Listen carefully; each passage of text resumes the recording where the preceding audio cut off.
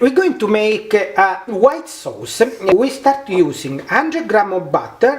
We use the same amount of flour, so 100 grams of flour. We use 100 grams of double cream. We use milk, that's much we need, cold milk. We use some salt, some grated parmesan and parsley. Also, we add some cinnamon. You can use any other spice as you like noce moscata. In middle low fire, we put a pot and we add the butter. We need to melt the butter. Once the butter is melted, we add all the flour and we mix together until we create a nice mixture. Try to avoid lump.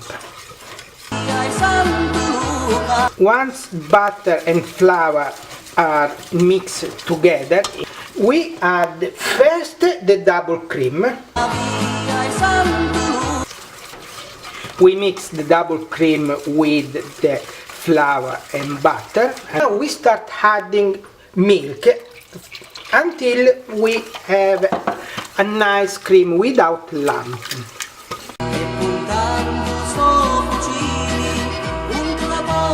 We adjust the density with adding more or less milk.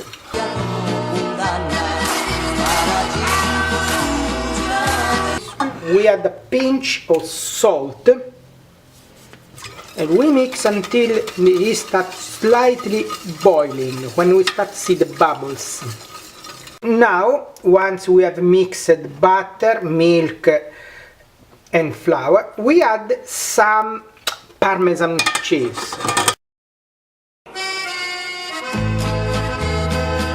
So in low fire he will melt and give it some nice flavor to the sauce. Now for have an extra flavor, I had just a tiny bit of cannella or cinnamon.